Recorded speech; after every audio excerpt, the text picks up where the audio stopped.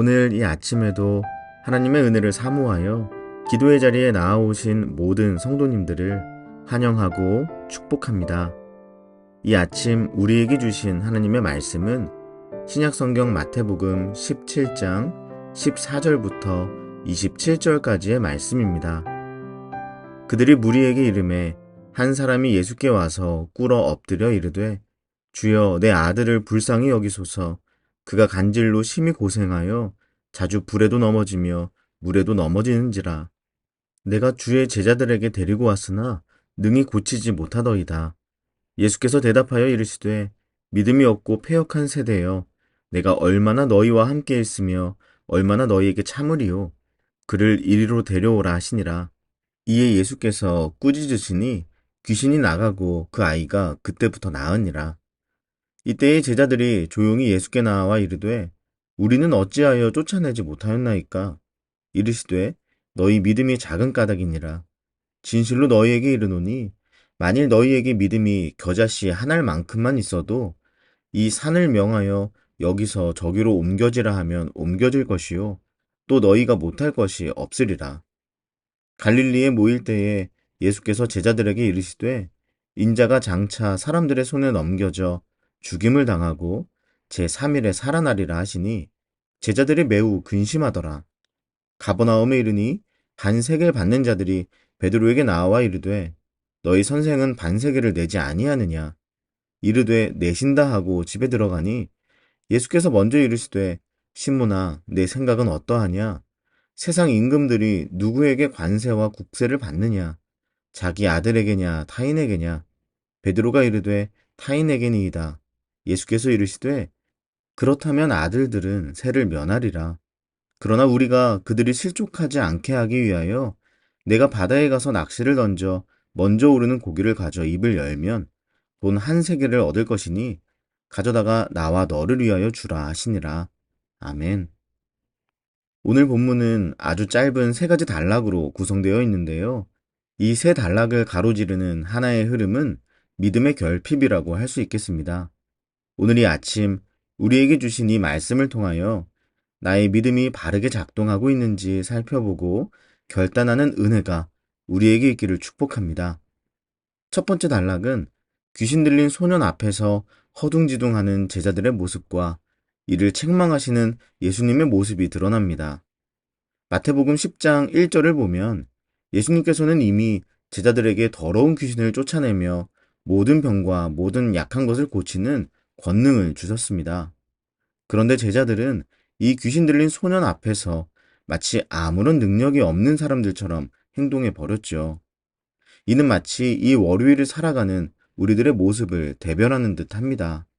바로 어제 주일 예배에서 하나님이 주신 말씀이 우리에게 큰 힘이 되었기 때문에 그것을 붙들고 그 능력 의지하며 우리는 모두 이 월요일 아침에 다시 짐승의 나라에 한 발짝 내디디며 기대감을 가지고 있지 않습니까? 그러면 담대하게 말씀의 능력으로 달려갈 수 있을 것만 같은 생각이 듭니다. 그러나 몇 날 며칠이 되지 않아, 아니 하루 동안에도 이 세상은 오늘 본문의 귀신 들린 소년처럼 우리 앞에 등장합니다.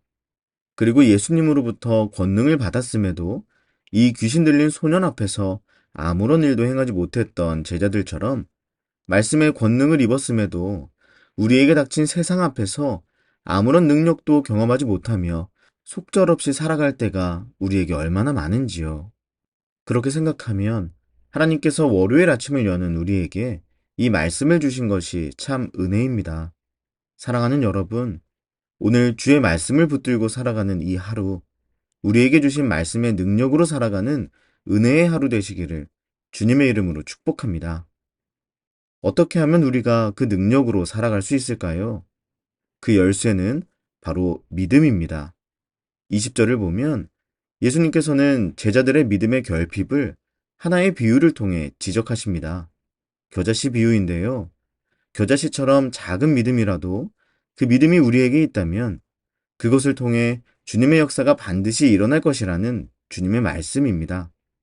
제자들이 예수님으로부터 권능을 받았지만 그것을 발동할 수 있는 열쇠는 바로 이 믿음인 것입니다. 비록 모든 능력은 주님께 있기 때문에 믿음 그 자체가 곧 능력이 되는 것은 아니지만 믿음을 통해서 주님의 능력이 우리에게 나타날 수 있기 때문입니다. 그리고 이뿐 아니라 믿음은 우리에게 바른 자세와 바른 시선을 선물해 주기도 하는데요. 즉, 믿음은 주님의 능력을 발휘하도록 할 뿐만 아니라 우리가 우리에게 있는 이 능력이 나의 것이 아니라 주님으로부터 받은 것임을 인정하며 살아가는 바른 자세로 살아갈 수 있도록 하고 우리의 마음과 생각이 주님과 합하는 바른 시선을 가지고 살아갈 수 있도록 한다는 것입니다. 아마도 제자들은 귀신 들린 소년 앞에서 주님의 능력 의지에서가 아니라 자신이 가진 능력으로 귀신을 쫓아내려고 했던 것 같습니다. 그렇기에 그들의 마음과 생각이 주님과 합할 리가 없었죠. 그렇기에 주님께로부터 권능을 받았음에도 아무런 능력을 경험하지 못했던 것입니다. 이 믿음이 주는 바른 자세와 바른 시선은 뒤이어 등장하는 두 가지 단락을 통해 이어서 적용해 볼 수 있습니다. 두 번째 단락에서 우리는 믿음의 결핍으로 인해 바른 시선이 사라진 제자들의 모습을 찾아볼 수 있습니다. 22절과 23절의 말씀은 예수님께서 십자가 고난을 예고하시는 장면입니다. 그런데 이미 제자들은 이 이야기를 한번 들었습니다. 아주 생소한 이야기는 아니라는 것이죠. 하지만 제자들의 마음과 생각은 예수님과 사뭇 달랐습니다. 죽음뿐만 아니라 부활까지 말씀해 주시는 예수님 앞에서 제자들은 승리의 확신과 소망을 가지지 않고 근심합니다. 이들의 시선은 오로지 죽음에만 고정되어 있었기 때문이죠. 제자들은 비록 주님과 함께 있었고 주님의 말씀을 직접 귀로 듣고 있었지만 그 안에 믿음이 결핍되어 있었기 때문에 승리의 소식 앞에서도 소망을 바라보지 못하고 눈앞에 주님이 계셨지만 그 주님의 마음은 전혀 이해하지 못하고 있는 것이죠. 그리고 마지막 세 번째 단락은 믿음이 있는 자들의 바른 자세에 대해서 살펴볼 수 있습니다. 예수님께서는 자신이 하나님의 아들이기에 세금을 낼 필요가 없지만 믿지 않는 자들이 실족하지 않게 하기 위하여 세금을 내도록 하시는데요. 자신의 주머니로부터 내도록 하시지 않고 하나님의 것으로 하나님께 드려지도록 하십니다. 그리고 이때에 한 가지 믿음을 요구하시죠. 낚시를 해서 잡은 물고기의 입을 열어 그 안에 있는 돈으로 내라고 하시는 것입니다.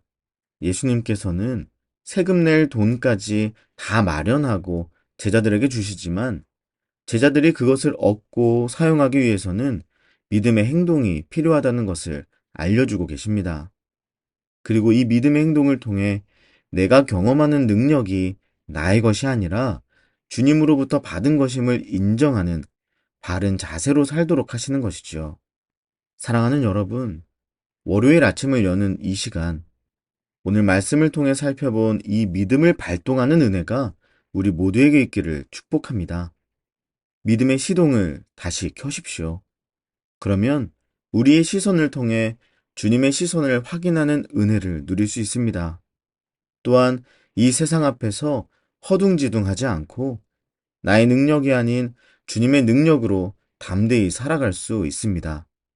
오늘 이 하루 우리의 눈앞에 귀신 들린 소년이 나타나든 고난의 소식이 들리든 세상 권력이 가로막든 어떠한 상황이 펼쳐지더라도 담대히 믿음으로 승리하시는 복된 하루 되시기를 주님의 이름으로 간절히 축복합니다.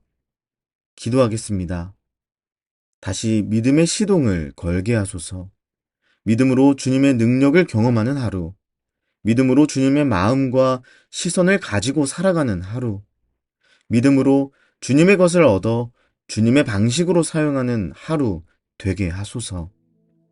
그리고 우리 개인의 기도 제목을 놓고 우리의 가정과 다음 세대 자녀들, 사랑하는 청년들을 위해, 몸된 사귐의 교회를 위해, 이 민족과 열방을 위해, 튀르키예와 시리아의 회복과 위로를 위하여 한마음과 한뜻으로 기도하며 나아가겠습니다. 함께 기도하겠습니다.